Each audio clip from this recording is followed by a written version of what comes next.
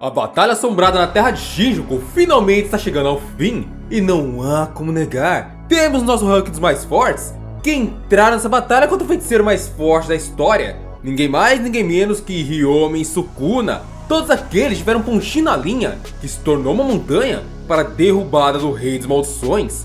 Então, sem tantas cerimônias, sejam bem-vindos ao ranking do mais fraco para o mais forte de todos aqueles que enfrentaram Ryomen Sukuna. Mas antes de tudo, se inscreve aqui no canal para ganhar uma Goja. Eu mando pelo correio. Deixa aqui embaixo a hashtag Itagoja para mim saber que você está por aqui. Eu vou ler todos os comentários, vou dar coraçãozinho e vou estar interagindo aqui com vocês. E óbvio, não esquece também de hypar esse vídeo, sério. O seu hype me ajuda demais e me incentiva a trazer mais vídeos como esse. Então desde já, obrigado. Mas sem tantas enrolações, vamos ver o nosso ranking. Como eu disse na introdução, será uma lista que vai do mais fraco até o mais forte. Mas lembre-se, não é porque um personagem é considerado fraco que ele é menos útil do que quem está acima dele. Às vezes a habilidade do fraco só se sobressai pela utilidade no meio de batalha. Como por exemplo a Otahime, que foi útil para elevar a energia de Gojo no primeiro golpe com seu roxo. Mas vamos deixar mais detalhes para os nossos 19 feiticeiros que vamos conhecer agora.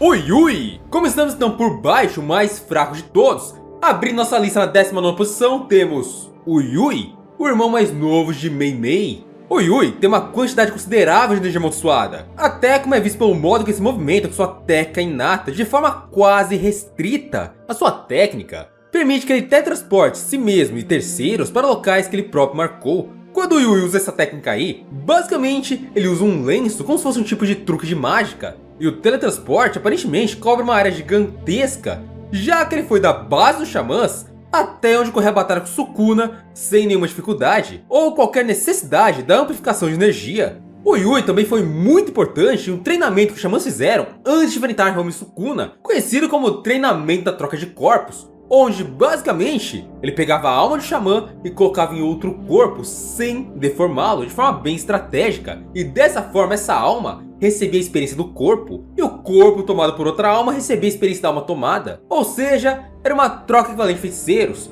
Gojo entrava em um, Itadori entrava em outro, Yuta entrava em outro, Kusakabe também tomou uns corpos ali, e todos conseguiram experiência a mais para ampliar o seu poder. E sim, ficaram muito mais fortes. Inclusive, isso explica o crescimento avassalador de Itadori no final. O Yui talvez tenha sido o feiticeiro mais útil na pré-batalha com Sukuna. A única restrição colocada por o Yui nesse treinamento seria que a troca contando ida e volta entre as almas e corpos só poderia ocorrer 2 vezes por mês por cada pessoa. Em Shibuya, o Yui também participou do incidente e mostrou que ele é bem prodigioso, conseguindo usar técnicas de jutsu avançadas como domínio simples e voz vinculativos, onde ele tinha um com a sua irmã. Shoko e Eiri. Em nosso 18º lugar temos ela, uma das chamadas adultas e meia crianças, a nossa enfermeira Shoko, que viveu na mesma geração de Satoru Gojo e Suguru Geto, era colega de classe deles. Porém, diferente dos dois, que eram classes especiais e guerreiros de linha de frente, Shoko focou em uma outra área de Jujutsu, ser uma feiticeira especializada em curar e dar fim aos corpos dos xamãs. Ela é uma das poucas feiticeiras que conseguem multiplicar a energia amaldiçoada e converter essa energia em energia amaldiçoada reversa ou energia positiva, além de conseguir aplicar essa energia em terceiros, funcionando como um tipo de curandeira. E durante toda a batalha com Ryomen Sukuna, Shoko não foi para a linha de frente, ela ficou na base, onde o Yui e Kirara traziam os corpos para ela, e as pessoas feridas também. Então ela curava as pessoas feridas e lidava com os corpos, mas também uma parte importante que ela teve participação foi na troca de corpos de Utokotsu do seu para o Satoru Gojo, onde ela apenas fez a troca de cérebros. Então sim, era uma xamã muito boa com a parte médica. Utahime. Agora temos Utahime Iori, que aparentemente é meio inútil, mas é uma semi-grau 1, uma professora na escola de Jutsu de Kyoto, e ela é bem destacada assim em alguns aspectos, principalmente quando se trata da amplificação de energia que ela usou lá no comecinho da batalha com Sukuna. Novamente, é outra que não foi para a linha de frente, mas teve sim uma participação que talvez por pouquinho não mudou um pouquinho o jogo pro Gojo. Utahime ajudou Satoru Gojo a elevar sua energia amaldiçoada para poder soltar seu extravagante vazio roxo 200% no início da luta com Sukuna. A técnica de Utahime é amplificar temporariamente é a energia amaldiçoada daqueles que estão ao seu redor através de um ritual com encantamentos, selos de mão, dança e música. Com todas essas etapas, ela faz seus aliados terem até 120% de seu potencial máximo de energia. Mas como Satoru Gojo é um prodígio e fez um ritual junto com ela, eles conseguiram levar essa energia para 200%. Kirara. Seguindo para nossa 16ª posição, temos Kirara Hoshi. Um dos alunos estavam suspensos com a Jutsu junto a Kinji Hakari. E sim, é um cara. Pra quem não sabia, tá aí o segredinho. Apesar de ter uma técnica interessante, onde Kirara consegue bagunçar o espaço e distorcer um pouquinho as coisas para o adversário chegar ao seu objetivo, o Xamã foi praticamente um suporte para o Yui durante os teleportes dele para coletar os corpos de quem caía em campo de batalha. Então, na Batalha Assombrada de Shinjuku, Kirara não teve assim uma missão tão grande. Takuma Ino. E agora chegamos aqui no primeiro, que foi de fato para a linha de frente enfrentar o Rei das Maldições. Um xamã de quase grau 1. Não virou por pouquinho, mas ele é realmente bem forte, é um cara interessante. Tomou umas pancadas do Tojo da Shibuya? Tomou, apanhou muito, apanhou, ficou todo zoado, ficou. Mas ele é forte sim, ele sustentou a batalha com Sukuna e foi um dos que se destacaram naquele meio de batalha. Ino é um xamã que possui a habilidade de invocar 4 tipos de feras espirituais para serem usadas contra seus adversários. E apesar de ter o poder para ser um grau 1, ele não havia sido promovido por causa que ele queria a aprovação de Kento Nanami, que ele mais admirava, não se sentindo digno ainda para ter o cargo pelo menos até Shibuya. No enfrentamento de Sukuna, ele não foi assim tão útil e suas habilidades foram facilmente paradas pelo Rei das Maldições. Porém, um ponto que chamou a atenção foi que em Shinjuku, ele passou a portar espadas de Kento Nanami, usando a técnica do feiticeiro que já havia ido de arrasto para cima, e até por isso seu combate físico ficou muito elevado, ao ponto de nos primeiros golpes até mesmo surpreender Ryomen Sukuna.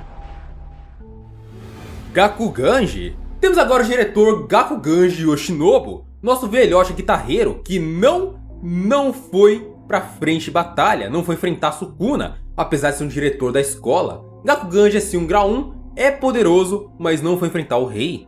Porém, ele teve sim participação no comecinho da batalha. O velhote, no comecinho, ajudou o Tahime com a sua música, no momento que Gojo estaria carregando seu roxo 200%. E essa foi a sua participação prévia. Porém, aparentemente ele não participou porque ele teria que cumprir um dever que Gojo deixou para ele. Gakuganji, depois da morte de Yaga, depois da destruição do escalão, seria o responsável deixado por Gojo para reestruturar o mundo da magia depois que os feiticeiros vencessem Sukuna. Larui. Agora temos Larui, nosso homem que tem corações nos peitos. Fazia parte ali do grupo de Suguru Geto, participou do cortejo dos yokais. Sabemos muito pouco sobre ele, mas na batalha de Shinjuku ele se destacou, junto à chegada de nosso negão favorito, Miguel. Os dois juntos se enfrentaram de frente Ryomen Sukuna, e apesar de Larui se machucar feio, ele conseguiu sim desempenhar muito bem contra o rei. Mais que alguns aí. A técnica de Larui faz com que ele crie uma grande mão virtual a partir de suas palmas, podendo atacar e segurar seus alvos a longas distâncias. Porém, a parte ruim é que cada dano que essa mão recebe, Larui recebe 10% de seu próprio corpo. Uma parte interessante da técnica é que ela também consegue agarrar a atenção de quem é atingido, forçando o alvo a olhar e focar em Larui como se estivesse apaixonado por ele.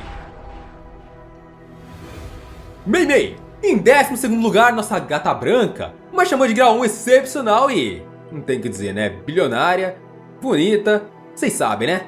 Se der like, leva ela. Enfim, Mei Mei estava no campo de batalha também, não foi pra linha de frente, mas fez um suporte magnífico.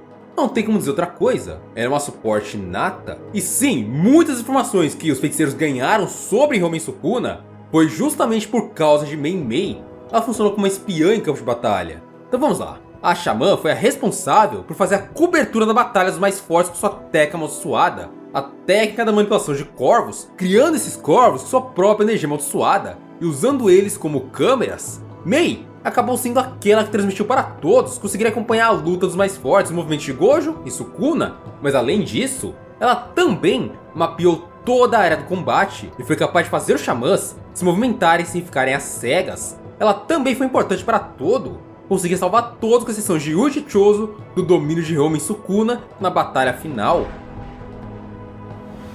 Chozo! Agora temos a Pintura da Morte, irmão mais velho de Yuji Tadori, um dos filhos de Kenjaku de Noritoshi Kamo, o homem que fez o sacrifício mais lindo da obra. Chozo, como todos sabemos, é alguém que veio da linhagem de uma das grandes famílias Jujutsu, os Kamos, sendo o herdeiro de uma técnica inata que é extremamente poderosa e visada à manipulação de sangue.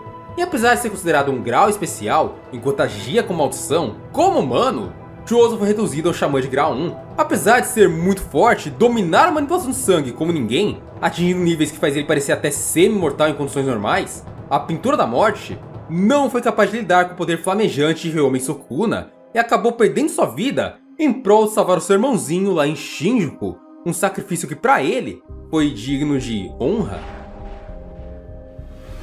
Kusakabe. Abrindo o top 10 temos ele, Atsuya Kusakabe, o conhecido como o mais forte grau 1, apesar de na prática não se aplicar isso aqui direito. O mais forte grau 1, esse título, foi dito de acordo com Mei, Nanami e Satoru Gojo, que projetaram isso para Kusakabe por simplesmente não conseguirem ver ele perdendo uma batalha. Praticamente durante toda a obra, Kusakabe passa a vibe de que é um personagem do tipo que calcula bem seus riscos e evita ao máximo se aproximar de situações que coloquem sua vida em risco. Porém, observando todas as crianças arriscarem batalha com Sukuna, ele também precisou lutar, e seu desempenho contra o rei foi simplesmente excepcional. O xamã não possui nenhuma técnica inata, mas é um especialista no novo estilo das sombras, o domínio simples, sendo o único xamã que vimos conseguindo expandir o domínio simples por longas distâncias e se movimentar com ele tirando seus pés do chão. Além disso, é um espadachim fora de série. Aoi Todo. Subindo um pouquinho a lista, temos Aoi Todo com seu Boogie Woogie, o nosso brother, o cara que literalmente pega o no momento que ele quebra e leva pra cima. É o cara que sustenta a autoestima em batalha de nosso protagonista, sendo um pilar muito forte e até reconhecido por Sukuna como um cara de determinação inabalável. Em Shibuya, Todo acabou perdendo sua mão para Mahito, o que parecia o ato final de sua técnica e a morte dela. Mas através de seu conhecimento sobre Jutsu e os pactos vinculativos, Todo se auto-fez um pacto com sua técnica, substituindo sua mão por um instrumento chamado Vibroslap, conseguindo movimentar seus alvos até 50 vezes por segundo, fazendo uma verdadeira bagunça no campo de batalha. Além disso, ele também conseguiu ampliar a área de alcance para um tamanho gigantesco, conseguindo movimentar pessoas por longas distâncias. Contra Sukuna, Todo está sendo usado como suporte para Yuji Tadori. Assim, enquanto Todo teletransporta Yuji, o garoto faz questão de ir punindo Sukuna com golpes na alma, realizando esses golpes em pontos cegos do Rei das Maldições, inclusive punindo muito Sukuna com raios negros. E Todo é o cara responsável por achar as brechas na defesa do rei, já que ele tá vendo a luta de longe e movimentando os três ao mesmo tempo. Um gênio.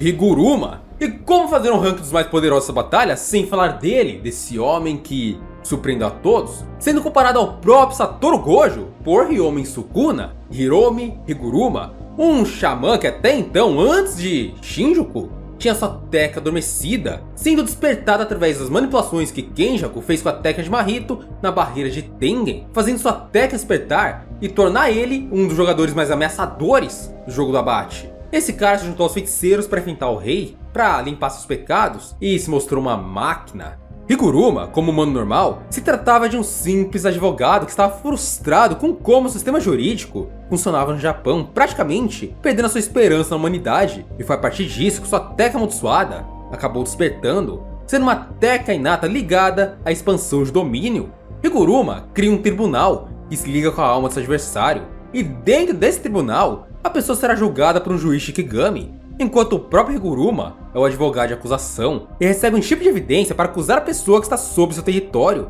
Dependendo do crime, a pessoa recebe uma pena diferente. Em crimes leves, o domínio pode condenar a pessoa a ter sua energia ou armas amaldiçoadas completamente confiscadas. Porém, em crimes brutais, o domínio pode acabar fazendo a condenação virar penas de morte, onde Higuruma ganha sua espada do executor, que apenas com um único golpe leva seu adversário a ter sua alma destruída, levando ele a simplesmente a morte. Miguel. Seguindo, temos aqui aquele homem que lutou com Satoru Gojo durante cortejos yokais, protegendo o legado do Suguru Geto, um aliado daquele homem. E Miguel simplesmente não decepcionou, ele é um xamã excepcional em todos os aspectos, principalmente na parte física, sendo extremamente grande fisicamente. Um xamã completo em muitos aspectos, além de ter uma técnica que bufa e debufa si mesmo e o adversário. Contra Sukuna, ele soube lidar com o rei de forma que um usuário da restrição celestial se veria até desafiado. E também, lógico, Miguel se caracterizou por ser o único negro da obra, um xamã vindo diretamente da África, trazendo para nós um jutsu totalmente diferente de qualquer outro que vimos até ali. A técnica de Miguel se trata de uma dança em um ritmo que está gravado em seu corpo. Dessa forma, ele pode exorcizar maldições e conseguir fortalecer suas próprias habilidades, além de enfraquecer as de seus adversários. Quase o efeito de uma expansão de domínio sem um acerto garantido e sem barreiras. Inclusive, ele foi um dos poucos xamãs que conseguiu desviar dos cortes lançados por Ryomen Sukuna, sem mostrar tantas dificuldades. Kinji Hakari. E aqui fechamos a lista de xamãs de grau 1, os caras normaizinhos. E começamos a lista dos monstros, aberrações que simplesmente moldam a batalha final.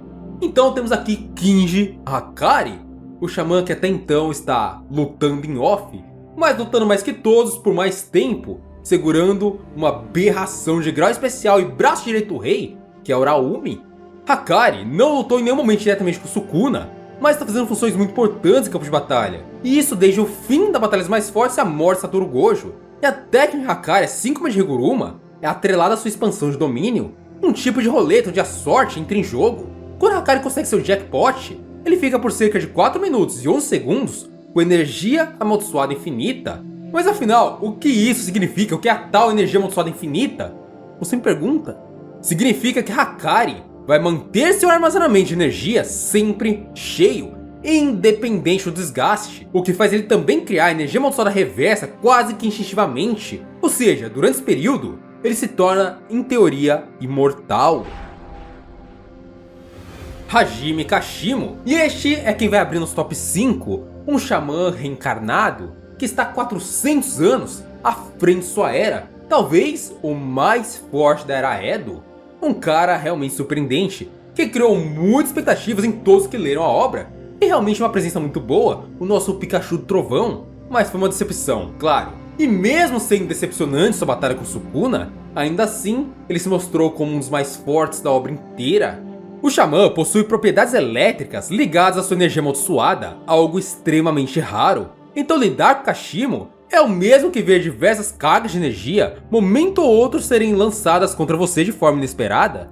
Porém, contra Sukuna, ele usou seu ápice, o que é chamado de Besta Mística Âmbar. E essa é a técnica inata que só pode ser usada uma única vez, já que seu corpo é destruído no processo. Durante a ativação da técnica, a carne de Kashimo é reconstruída para manifestar fenômenos elétricos, convertendo grande parte de sua energia amaldiçoada em eletricidade. Sua movimentação, força e velocidade se tornam simplesmente muito, mas muito acima de qualquer outro xamã dentro da obra, pelo menos aqueles desempenham de forma natural. Inclusive, conseguiu surpreender os reflexos de Sukuna, e isso inicialmente forçando o rei a usar sua reencarnação, caso não quisesse ter problemas ali. Em sua forma transformada, Kashimo também demonstrou ter um tipo de visão de raio-x especial, conseguindo ver o fluxo de energia de seus adversários e analisar melhor suas aberturas. Visão essa fez ele nomear Sukuna com a própria perfeição para um feiticeiro Jujutsu. Maki Zenin. Chegamos a ela, a última remanescente do clã Zenin, a mulher que deu trabalho para Sukuna, aquela que se igualou a Fushiguro Toji. Você pode discordar e dizer que Kashimo era mais forte? Pode. Abrimos aqui uma opção de discussão. Pode ser sim que Hajime Kashimo para você seja mais forte, mas para mim superar a Maki é muito difícil, até pelo desempenho que ela teve com o próprio Sukuna, inclusive sendo uma das que mais causou dano ao Rei das Maldições, e sendo considerada por ele um perigo em potencial. Até mesmo para uns xamãs como Kenjaku, ela era considerada esse perigo, esse artefato surpresa pelo lado dos feiticeiros. Para todos, ela é sempre citada como perigosa, e esse perigo tem uma justificativa. Depois que a irmã de Maki, Mai, acabou indo de arrasto para cima, a maldição dos gêmeos monozigotos foi destruída, e sua alma acabou sendo atrelada a um único corpo, fazendo a restrição celestial finalmente se concretizar na Zenin, o que fez ela chegar ao nível físico de Toji. Durante o jogo do abate, Maki entendeu mais sobre seu novo corpo e despertou seus instintos, se conectando profundamente às batalhas que ela entra. Contra Sukuna, assim como Miguel, ela foi capaz de desviar dos cortes do rei e ser muito efetiva em seus golpes. Inclusive, o próprio corte mundial pôde ser desviado por ela, coisa que até mesmo Hajime Kashimo acabou tendo seu braço arrancado ao desviar. Yuji Itadori. E temos aqui nosso top 3 a primeira surpresa da lista.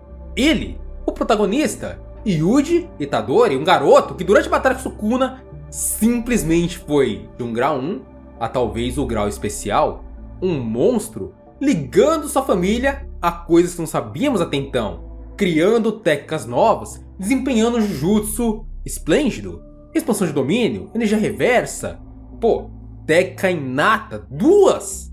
Ele tá incrível, não tá? Yuji conquistou novamente os olhares pra si na obra, e de algum modo, nos últimos tempos, tomou aqueles olhares que estavam todos em Satoru Gojo. Durante a batalha contra o Rei das Maldições, Itadori, se mostrou capaz de usar a manipulação de sangue, igual ao de seu irmão Choso. Com essa habilidade, ele foi capaz de controlar melhor seu fluxo sanguíneo, evitando hemorragias e segurando muito mais os danos que recebia, podendo acumular energia amaldiçoada reversa e usá-la com maior eficiência. E esse é o segundo ponto interessante. Itadori também se tornou capaz de multiplicar energia amaldiçoada e criar energia amaldiçoada reversa, podendo liberar essa energia em grandes quantidades e se curar muito rapidamente. Ainda enfrentando Sukuna, Itadori despertou seu santuário exatamente igual ao do Rei das Maldições, podendo usar seus cortes igual a Sukuna. Com isso, ele desenvolveu um pacto vinculativo autoimposto, amplificando o alvo da técnica para os pontos em que a alma de Megumi e Sukuna poderiam ser atingidas e, possivelmente, separadas. Itadori também se mostrou capaz de ter um certo controle sobre seus raios negros, como se fosse algo que ele escolhesse o momento ideal de usar, mesmo que não fosse o caso. Itadori se tornou o maior recordista em raios negros consecutivos, talvez na história de Jujutsu, superando Nanami e Satoru Gojo em todos os aspectos que envolvem o próprio raio negro. E por fim, ainda não sabemos tanto, mas Itadori conseguiu utilizar a expansão de domínio e imbuí-la com sua técnica amaldiçoada inata, de forma até então perfeita, sendo feiticeiro completo e claramente quebrando as barreiras de grau 1 para grau especial, estando com a vida de Sukuna agora em suas mãos. E óbvio, temos agora um Sukuna nas mãos de Itadori, com sua vida ali, sendo escolhido entre viver e morrer nas mãos de Yuji. O garoto vai tomar a decisão final? O que será que vai acontecer? Yuta! Não tem o que fazer, segunda colocação é pra ele, Yuta Okkotsu, o Shaman mais forte da Era Moderna, com exceção de Satoru Gojo, um prodígio que cresce cada vez mais que vemos ele em campo de batalha. E obviamente ele tá nessa posição principalmente por ter tomado o corpo do honrado. Durante o primeiro round com Ryoma e Sukuna, ele fez um 3v1 contra o rei, com apoio de Iri Korimoto e Yuji Itadori, mostrando a sua expansão de domínio e a quantidade de técnicas amaldiçoadas que ele havia copiado até aquele momento.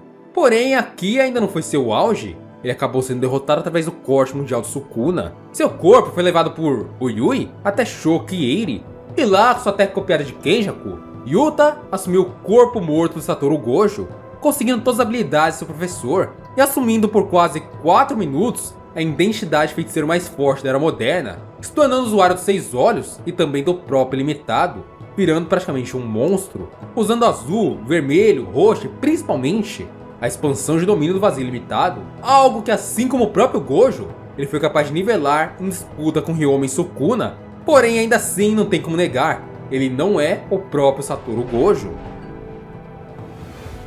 Gojo! Não tem como negar, não tem como fugir, ele é o feiticeiro mais forte que vemos na Era Moderna, e um dos mais fortes da obra, o top 2, aquele que só fica atrás do próprio Sukuna, Satoru Gojo. Se não fosse por Gojo sua primeira batalha com Reis Maldições, seria impossível. Repito, impossível.